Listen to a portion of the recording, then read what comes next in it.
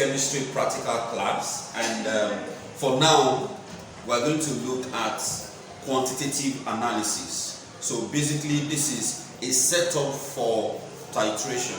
Okay, so for titration you use a known quantity to find an unknown quantity. So this setup is basically acid and base titration setup. Okay, so you have acid in the 250 cm3 beaker, and you have your base in another 250 cm3 beaker.